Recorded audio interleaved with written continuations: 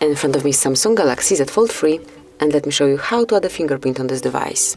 So first of all, you need to open list of all apps and enter settings. Then go to biometrics and security and choose fingerprints.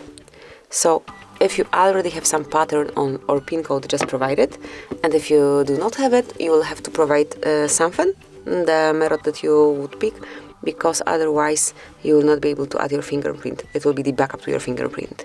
Now tap on continue and put your finger on the sensor. So the sensor is the power key, so just tap on power key and then lift your finger up until your fingerprint is fully scanned.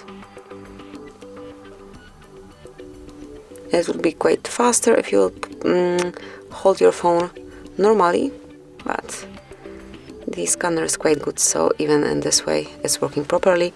Tap on done then, and as you can see from now on, you will be able to unlock your device either with this backup pattern or previous pattern, or with your fingerprint, just like this. So that would be all. This is it. Thank you for watching. Please subscribe our channel and leave the thumbs up.